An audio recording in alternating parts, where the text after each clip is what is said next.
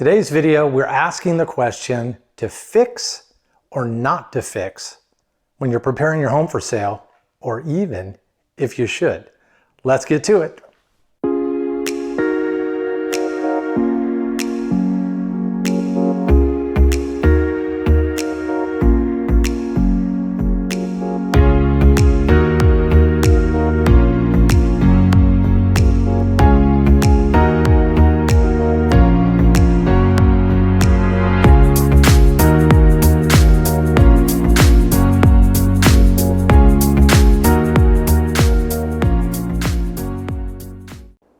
Hey everybody, John with Your Home Sold Guaranteed Realty. So I get this question a lot, and that is when I go out on a listing appointment, the homeowner says, what do I need to fix? Do I need to fix? And that's usually because they're thinking of remodeling a bathroom or a kitchen or doing some painting or minor repairs. And that question always comes up. And unfortunately, the answer that I'm going to give you is the same answer that doctors, lawyers, and other real estate agents love to give, and that is, it depends. I know, it's a silly prop, but the truth is, it really does depend. In today's market, we want to ask, what are you trying to accomplish? Most home sellers think if they do a major upgrade, they're going to get that investment back in the sale of the home. Now, it could be that it will help the sale of the home. But the truth of the matter is, you're never going to get dollar for dollar what you put in to get out on a resale. So most of the time, your real estate professional is going to walk through the house and they're going to make either suggestions or they're going to ask you questions on what you are planning to do. If you need to sell now, most all contracts are written as is. And that means as is. So no repairs, no maintenance, no anything else. So the buyer has got to do their own inspection to figure out what they want to do. So what I'm going to walk you through today is, this is my house and we're actually in the middle of doing some upgrades and some other stuff. But if I was putting on my seller hat, I'm going to show you what I would fix and what I possibly wouldn't fix and still get the most amount of money when we sell the home. So let's take you guys outside and we'll show you what it depends on. So if you can't tell, I'm standing out on my front porch in the front yard. Now as I'm talking, we're going to play some video that I shot going around the yard, the front yard, what it looks like, some shots of our eaves, and I'll show you some of the damaged area that I've got along the back soffit and the eave on the side that we do want to take care of. So that's what I want to show you guys. So when you're looking at the exterior of the home, what kind of condition is it? If it's something that's really obvious, then of course you want to fix that. If it's something that just looks tired, maybe a good pressure washing is all it really takes, just to sort of take some of the dirt down. You can use a damp rag to wipe some of those surfaces without necessarily having to repaint. That's one of the big questions is, do I really need to repaint the whole house? And again, it depends. So what does it depend on? It depends on how badly it's damaged. If you've got obvious termite damage, or as you can see from that back soffit area where you've got dry rot that's actually broken away, so there's a clear and obvious need to replace that piece of fascia, you want to go ahead and do that and then paint that out. If you're going to do termite work to the house, oftentimes they'll come and they'll replace those damaged parts of the fascia and they'll repaint it for you as well. And that's an easy fix to do. So that's definitely something you want to do. But as far as repainting the house, if you're not going to change the color, not necessarily. Again, if the house is in good shape and it just needs a little freshening, sometimes a good pressure washing is all you really need to avoid the extra cost, you know, $3,000, $4,000, up to $10,000 depending on the square footage to repaint your whole home. A good cleaning goes a long way rather than doing all these extensive repairs and repainting just to sell the home, if that makes any sense. So at this time, let's go ahead and pop into the backyard and I'll show you what I've got going on there so we can see what's going to happen. All right, see you then. Okay, so now we're sitting in my backyard, and as you can see, there's a couple of things going on. We've let the lawn go, and I've got a problem with my back fence. So as the homeowner, we are planning on re-landscaping back here. and we're actually going to replace the entire fence. We've had a conversation with our back neighbor there, and they want to put a block wall up there because they're doing hardscape on their side, and we've got block wall on the two sides of the house too, so that's fine. Now, if I'm selling, what would I do? Well, I'll fix the fence because the fence is actually on my side in pretty good shape. We just need to reset those boards. But I'm not going to replace the lawn. I will put some weed killer down and start watering, put some grass seed to maybe make it green a little bit more. But I'm not going to invest the time and money into bringing the lawn back. The reason is buyers want to put their own personal stamp on a house. And the landscape is a prime example where if you haven't hardscaped it or landscaped it yourself, the next homeowner probably has their own ideas of what they like and, more importantly, what they don't like. And you don't know what that is. So instead of guessing, just leave it alone because they're buying the value of the house and the location.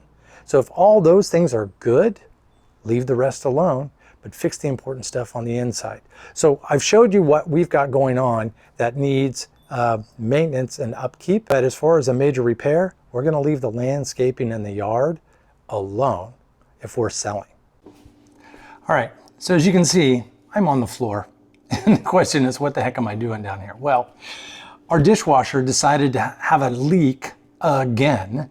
This is the second time this has happened. And this is the third dishwasher we've had. We switched models. But for some reason, we still develop a leak. And my concern was always with the hardwood floor in the kitchen, water and wood don't mix. And we're back in this situation again. So it's hard to see right here, but the floor started to warp because the water was flowing down here under this panel that we didn't see. The soundproofing was wicking it up, so it was really preventing water from pooling. So it took a long time for us to realize, hey, we've got another leak. So homeowner, yes, of course, you're going to fix this. You want to solve the problem. Now, as a seller, this is one of those absolutely you got to fix. And the reason for that is a home buyer wants to know what's the condition of the house. And if it's got leaks, bad pipes, bad roof, all the mechanical systems, that's something you really want to address right up front. So this is something, whether you're the homeowner or you're the homeowner seller and you're not staying in the home, you want to bite the bullet and you want to get this fixed. Now, the good news is homeowners insurance should cover this. It covered it the last time, provided we notify them as soon as we found out the leak, which is what we did, and they'll replace the flooring. Now, it's a drag, it's no fun, but if you're preparing to sell, this is a must fix. And the reason why is you want to give the buyer confidence that they're buying a well-made or maintained home. Now, sometimes the outside can signal that there's deferred maintenance on the inside, but if they come inside and they see everything is nice, it's got good upgrades, and it's been maintained, it may just be dated, then that's fine. But this is definitely something you want to take care of. Whew. Okay, now that I'm off the floor, it's a little easier to breathe. So as you can see, well, maybe you can't see, it's a little hard, there's little white spots around the window frame. And that is because the last time we had a flooding here, the abatement team came in and they discovered there was mold because of the accumulated water.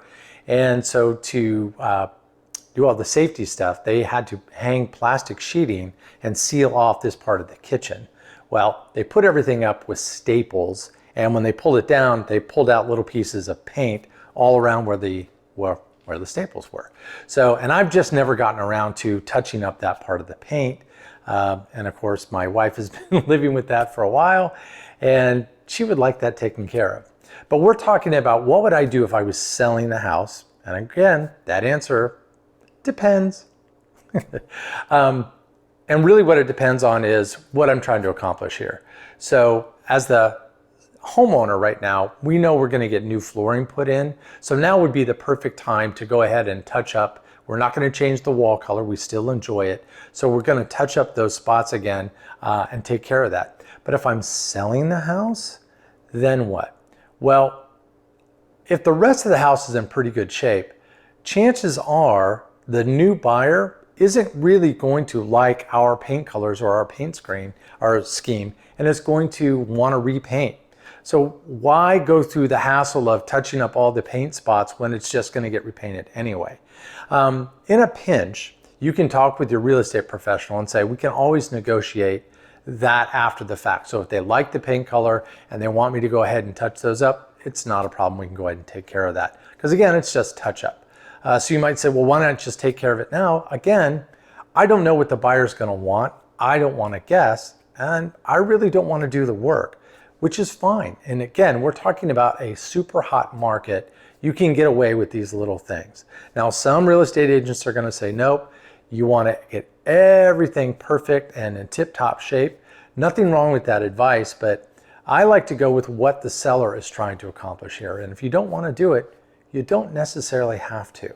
Me as the homeowner, we're going to take this opportunity because we know we're going to get new flooring. I'd rather have this all touched up before the new flooring gets in so we don't have any spills or anything like that we have to clean up there. So hopefully that gives you an insight on what to look for in and around your house, inside and outside. Have that home inspection report. Well, I'll talk about that here in a little bit. But that's what you want to look at. But again, the answer for everything else, what should I fix? What should I not fix? It depends. So there you have it. That's sort of a walkthrough of our real home with a homeowner that is facing repairs. Now in this case, this homeowner, we are staying in the house, we're not selling, but it could be something we're thinking about in the next 10 or 15 years, let's say, or sooner. And we want to be prepared for that. So deferred maintenance, yes, as the homeowner, you want to take care of those. As a seller, some of those things may not actually help you sell the home, especially in a hot market. The things you want to pay attention to are any of the mechanical systems. So if you've got foundation leaks, plumbing leaks, roofing leaks, the answer is absolutely yes, get those fixed because you want to give the buyer confidence. And that's where a home pre-inspection really can save the day. Now, and so the way you want to use a homeowner or a pre-inspection, instead of leaving that to the buyer's inspector, is you want to know beforehand all the ins and outs, the good, the bad, and the ugly of the condition of your particular home so that you can decide, do you want to allocate funds to that to get it fixed, or do you want to let it go as is? It may not make a big difference. Now, if you have the budget, then of course, gussing up the house makes the most sense. If you want to paint it, put a fresh sparkle on it, if you will, that's going to invite people in and give them the confidence. Or better yet, they're just going to want to look at your house versus somebody else. But if it's got some deferred maintenance, but the overall house is in good condition and you have to sell the house or you just want to move on down the road without spending $20,000, $30,000, $50,000 on home improvements or repairs, don't do it.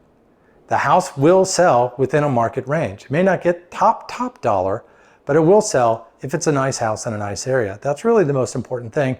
Listen to your real estate professional. They'll help you position the home for sale based on the current condition and what you, the homeowner, are trying to accomplish. I hope that helps. Again, I'm John with Your Home Sold Guaranteed Realty. Give me a call, 562-787-1444, and start packing.